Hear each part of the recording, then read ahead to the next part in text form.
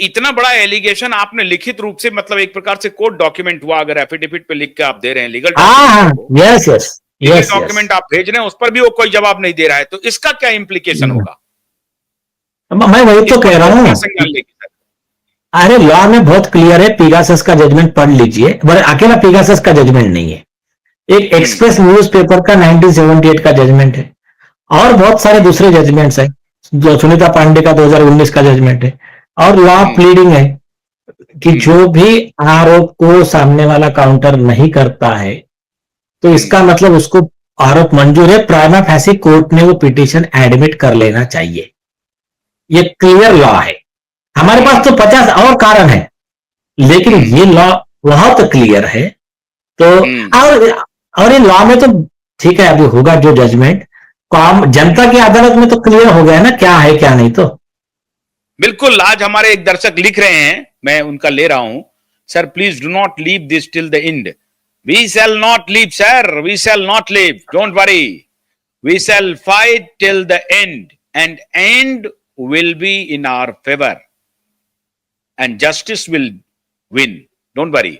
मैं एक और बात पूछ रहा हूं, एक मिनट नीलेश जी, मैं जरा पूछ रहा हूं आपसे एक सवाल, इंपॉर्टेंट सवाल है नीलेश जी। ये नगरकर ने जो, और डीसीपी और जो पब्लिक प्रोसिक्यूटर, उन्होंने जो कहा कि क्रूशियल हमको कुछ जानकारी मिली है जिसका मैं इन्वेस्टिगेशन करना चाहता हूं, इसलिए 2 महीने का हमको समय दे दीजिए। तो ये क्रूशियल इन्वेस्टिगेशन के लिए जब आपने कहा, तो आपने जब कहा कि एफआईआर कर लीजिए, तो क्या कह रहे हैं वो? हम एसआईटी के माध्यम से करेंगे, एफआईआर कर लीजिए। नहीं, मैंने एफआईआर बोला तो कुछ नहीं है।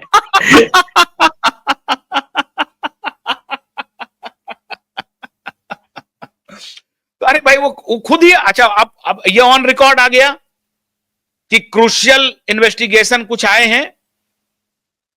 उन्होंने ओरली बोला, कोर्ट को ओरली बोला। हाँ तो ओरली बोला ना, ये ऑन रिकॉर्ड। हाँ या ऑन रिकॉर्ड बोला था। हाँ उसका तो रिकॉर्डिंग नहीं होगा, जज साहब हैं, उनके रीडर हैं। नहीं, उसका वीडियो रिकॉर्डिंग भी होगा ना, कल के हियरिंग का होगा, वीडियो रिकॉर्डिंग भी है, तो ऑन रिकॉर्ड है कि क्रूशियल तथ्य हैं जिसकी वो इन्वेस्टिगेशन करना चाहती है। ये वैसा ही हो गया नीलेश जी, जैसा कि सीबीआई ने 27 दिसंबर को लिख के दे दिया था कि दिशा के केस की इंक्वायरी होने वाली है, इसलिए इनका लुकआउट नोटिस को क्वैश मत कीजिए।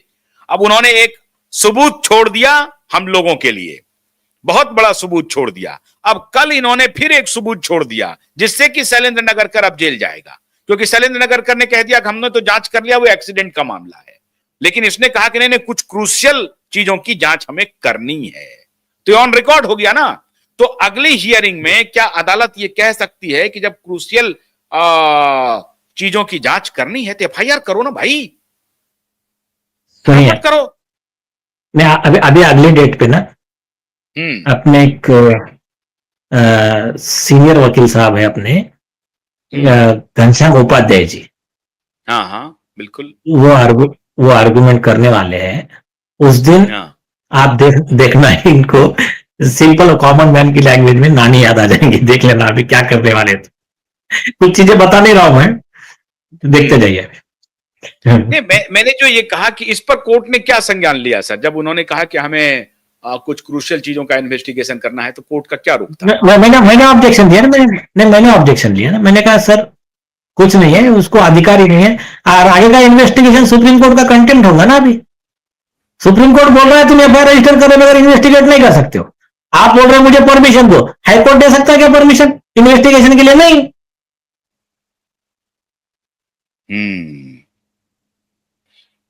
तो शैलेंद्र नगरकर के फाइनल जेल जाने का क्या रास्ता है? अभी बता दिया, अब इतना बुरा वीडियो उसी पर ही था। अभी आप थोड़ा, मैं आपकी अनुमति चाहूंगा, बहुत समय हो गया। आप सिर्फ तक जेल जाएंगे? कब तक जेल जाएंगे? नहीं, वो सवाल मत पूछिए, आप सिर्फ इतना कंफर्म है जाएंगे। कब तक जाएंगे 2-4 फैक्टर पे डिपेंड करता है जज के वगैरह, बाकी आप देखते रहिए जो हो रहा है, ये आपके सामने रख दिया है मैंने। एक दो दिन में, एक मिनट, 1-2 दिन में तारीख आ जाएगी सर? हाँ, अरे अगले गुरुवार को लग जाना चाहिए। 1 वीक बोला मतलब अगला गुरुवार, 1 वीक में आ जाएगा। हाँ। अब चलते चलते कोई इंपॉर्टेंट बात अगर रुक गई हो तो एक कुछ इंपॉर्टेंट बता दीजिए, कुछ इंपॉर्टेंट बात है बस जो आप बताना चाह रहे थे जो भूल गए। बस इंपॉर्टेंट चीज यही है कि जब प्रकृति, यूनिवर्स, ब्रह्मांड एक बार तय कर लेता ना, और सच जो है सच परेशान हो सकता है, पराजित नहीं हो सकता है। ये पापी सब मिलकर कितना भी कुछ कर ले, इस अध्याय का, इस स्टोरी का फाइनल चैप्टर ये सच का ही लिखा जाएगा। और मैं अभी क्या है नाम डिस्क्लोज नहीं कर सकता, लेकिन कुछ जजेस हो, अधिकारी हो, जिन जिन लोगों ने पापियों को मदद किया था ना, किसी का बीवी को कैंसर हो गया, किसके बेटा एक्सीडेंट में मारा जा रहा है, किसके घर में जो भी हो रहा है, कई प्रॉब्लम, परेशान हो गए हैं वो, तो ये क्या है, प्रकृति है। तो तुमको तुम्हारे Karma never miss the address. Karma जो होते हैं ना, आपका पता कभी चुकते नहीं है, और आप कितना भी छुपा, वो नेचर में वो हिसाब बराबर ही होता है, अन्याय नहीं होता है उसमें, उसमें न्याय ही होता है। बस ताकि तो थोड़ी चीज में नीलेश जी यहाँ ज्यादा तक समझ। तो आ गए ना आप, नीलेश जी यहाँ तक तो आप आ गए ना हाँ, कि हाँ। अब उन लोगों ने ये कहना शुरू कर दिया कि क्रूशियल चीजों की जांच हमें करनी है। अभी तक तो जांच वो क्लोज करके बंद कर दिया था। तो ये तो जीत हो गई ना हम लोगों की, पहली जीत तो हो गई। अरे बाबा, बहुत ये छोटी चीज है, और बहुत सारी चीजें हैं। ये छोटी चीज है और ये क्रूशियल कर रहे हैं, मतलब क्या कर रहे हैं, 2 महीने का टाइम ही मांग रहे हैं, और 2 महीने के बाद फिर से वही लेकर आएंगे तो क्या करने वाले हैं। हमने कहा तुम कौन से सेक्शन में कर रहे हो इंक्वायरी, बताओ ना, उसको वैल्यू क्या है तुम्हारे इन्वेस्टिगेशन को। एफआईआर रजिस्टर करो, बाद में 2 महीने के बजाय आप 4 महीने लो, 6 महीने लो, that is different thing. FIR पहले करना पड़ेगा। ठीक है, चलिए, नमस्ते।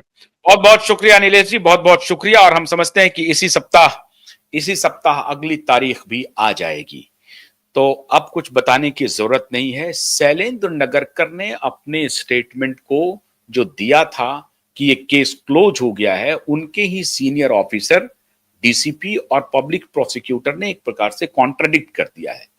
खुद कोर्ट में उन्होंने कहा कि हम कुछ क्रूशियल एविडेंस है या क्रूशियल चीजें हैं जिसको हम एक बार तहकीकात करना चाहते हैं, इसलिए हमें 2 महीने का वक्त दीजिए।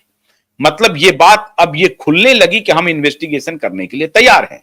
और जब इस बात पर यह बात आ गई है कि इन्वेस्टिगेशन करने के लिए तैयार हैं, तो फिर नीलेश जी ने ऑब्जेक्शन लिया कि सेक्शन किसके तहत आप इन्वेस्टिगेशन कर रहे हैं। तो एसआईटी तो फिर वही जांच थी, मतलब एसीपी के लेवल से ही जांच हो गई थी। आप सोचिए कि देश में इतनी बातें कैसे होती चली गई, किसी को यह कुछ नहीं मालूम था कि एसीपी के ही लेवल पर इस केस को क्लोज कर दिया गया, एक्सीडेंटल डेथ की इन्वेस्टिगेशन करके।